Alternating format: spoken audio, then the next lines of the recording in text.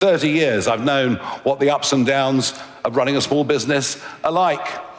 Many was the time when it came to meeting the monthly payroll, when the staff would be earning a lot more money than me. I know how tough it can be. I know how legislation impacts on small business, and I know how much time is taken up with bureaucracy if you run a small business. And yet, just think back over the last few years.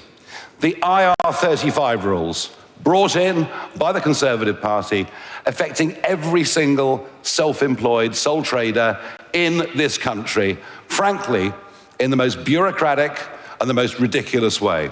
I think it all comes from Treasury thinking that says that anybody in the private sector simply must be a crook, and only those of us in Whitehall are the good guys. The IR35 rules have made life very, very difficult for self-employed contractors, and frankly, they simply need to be scrapped. And let's allow the self-employed, who don't get sick pay or anything else, let's allow them to carry on with their lives. These businesses also hit by Jeremy Hunt's astonishing 30% increase in corporation tax in one go. In one fell swoop, put up corporation tax by 30%. And what that means is that all of these companies have less money to reinvest in their own businesses. Yet, again, that simply doesn't seem to be understood. And now we have a proposal from the Labour government that sole traders and small businesses, rather than filing annual returns to HMRC, will now be asked to file quarterly returns to HMRC, which just adds to cost, time, and bureaucracy. You can listen all you like to Labour, telling us that the Employment Rights Bill will make life better for employees. Well, maybe.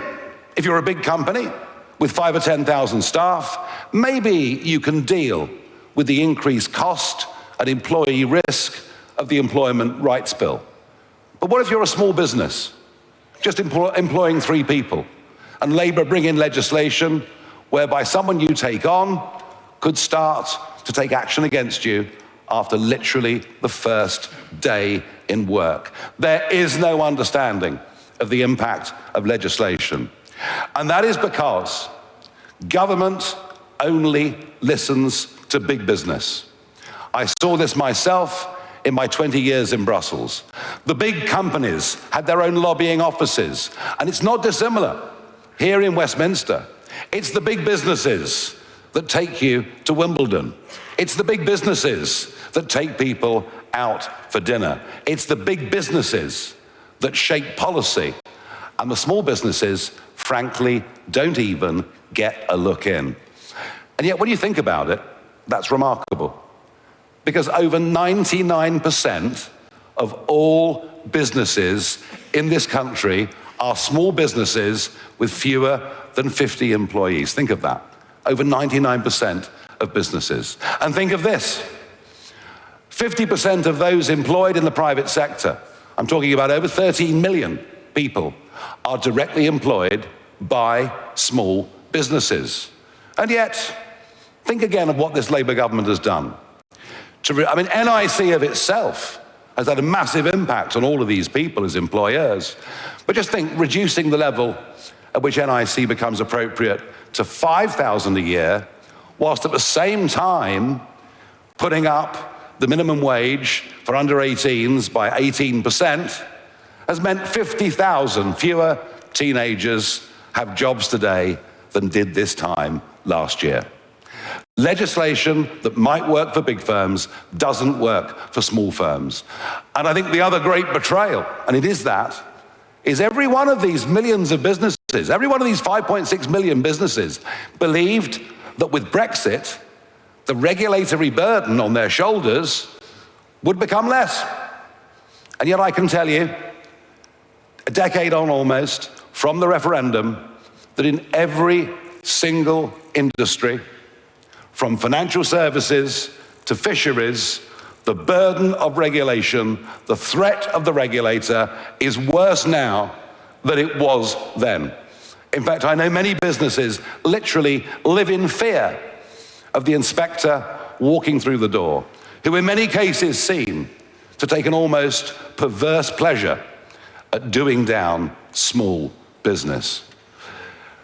Some on the left will tell you, well, the economy is failing because capitalism is failing. No, we're not living in capitalism. We're living in an age of global corporatism. We're living in an age where the big businesses virtually control and own the political arena. Capitalism is what these people do. Free enterprise is what these people do. These people take risks.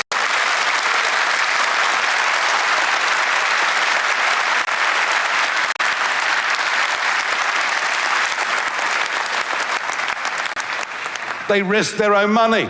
They go to the bank and borrow money. They've no idea at the start whether their business concept will work or not. And many of them will have failures along the way. But that's what free market enterprise is about. It's about risk. It's about reward. It's about failure. And some of them, who despite everything, go on, succeed, make lots of money, well, they're almost treated in Britain as if they've done something wrong. As if morally it's wrong to be successful.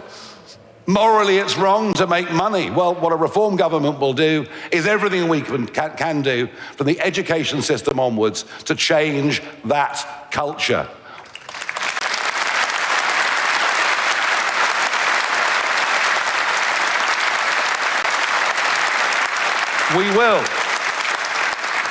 We will champion hard work. We will champion success. We will look to advertise men and women who we see as British heroes because they've set things up and they've succeeded. And think about it.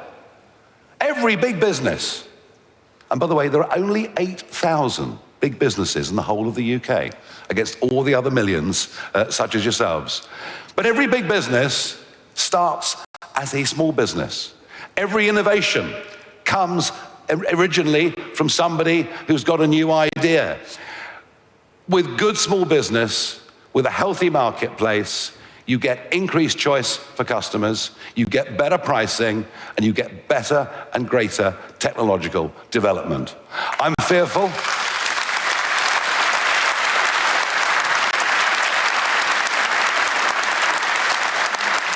I am fearful that this budget won't understand any of that.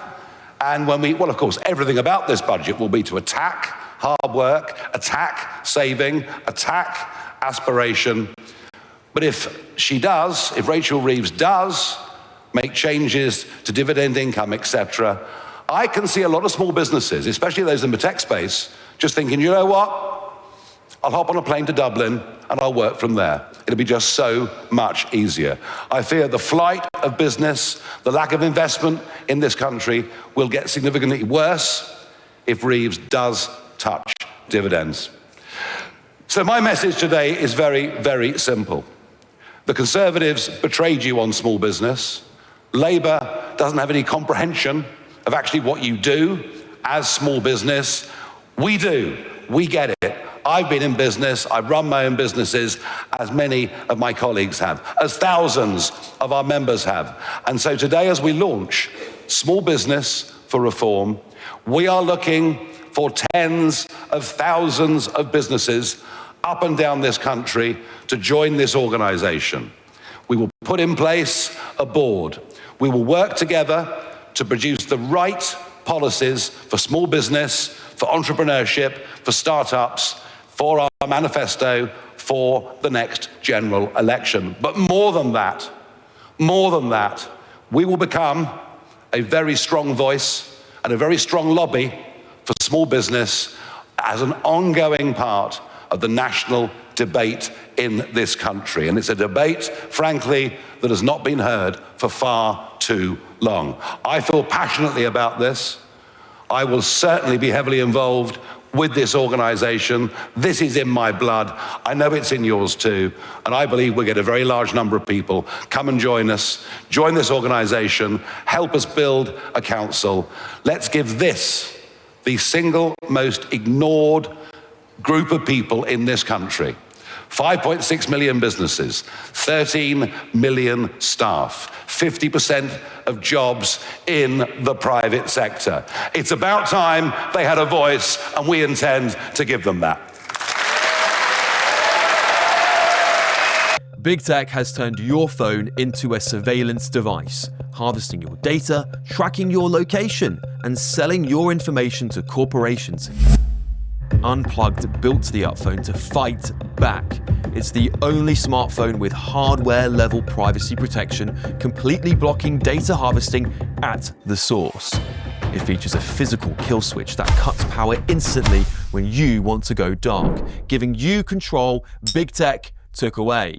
Unplugged puts privacy and sovereignty first. The UpPhone is built to British standards, designed to keep your data in your hands with independent servers, its own app center, and no corporate gatekeepers. You can access what you choose. No censorship, no app bans, just freedom. Everyone else is playing by big tech's rules. Unplugged rewrote them. The UpPhone runs on an operating system with 0 backdoors and a firewall that blocks thousands of tracking attempts every single day. The UpPhone includes a host of unique security features.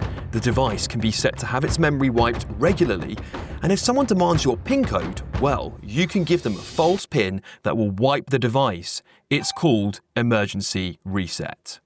Privacy isn't a feature with Unplugged, it is the foundation. To get yours today, click the link in the description now. The BBC has been institutionally biased for decades.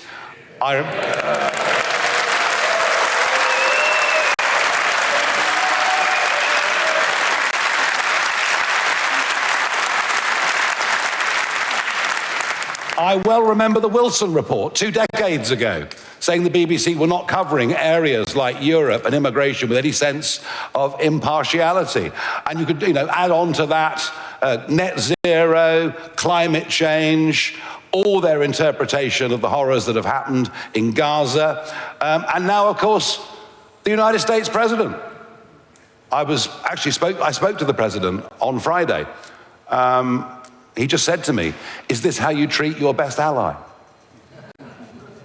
It's quite a powerful comment, isn't it? It's quite a powerful comment. So there's been too much going for too long. You might have noticed, Harry, that last year 500,000 people stopped paying the license fee. The year before, 500,000 people stopped paying the license fee. If the BBC doesn't now get a grip, get somebody in from the outside, somebody who has got a history and a culture of changing organizations, of turning them around, then I think what you would see within the next couple of years are many, many millions just refusing, just not wanting to have the license fee. I spoke to Nadine Dorries at some length this morning. She, of course, the former culture secretary, now a member of Reform, and she was the one trying very hard to bring some reforms in. And I rather agree with her.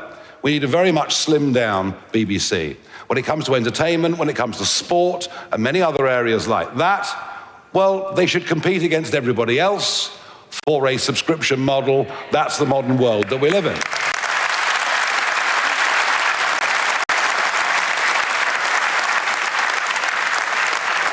So the license fee, as currently is, cannot survive. It is wholly unsustainable.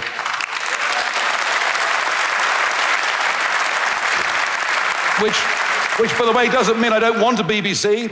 I think part of our global brand, I think the BBC is important. I think BBC World Service is actually very, very important. And I think the BBC should get back to doing news, but just to doing straight news. If it can manage that, it has something of a future. If it can't manage that, frankly, it has no future at all. Now, on to Olivia Utley from a slightly perkier GB News, I think, this morning. Although I do have to declare an interest, obviously. Morning. Can we have a few more details? You talked a lot about what the problems facing small business are, but what exactly are your solutions? What changes would you make to corporation tax and business tax? And on the BBC, who would you ideally like to see as the new Director General? Well, I did notice that Donald Trump's press secretary Catherine Leavitt, suggested British viewers watch GB News, not the BBC, which was quite interesting last night. Look, I don't know who comes in from outside, but it's got to be somebody from the outside. As I said, I think it's somebody from the private sector. It's somebody that's gone into a failing organisation and has turned around not just the profitability of the organisation, but turned around the culture of the organisation. And my worry, Olivia, with the BBC is it employs its people from such a narrow segment of society that I don't think they think they're biased at all.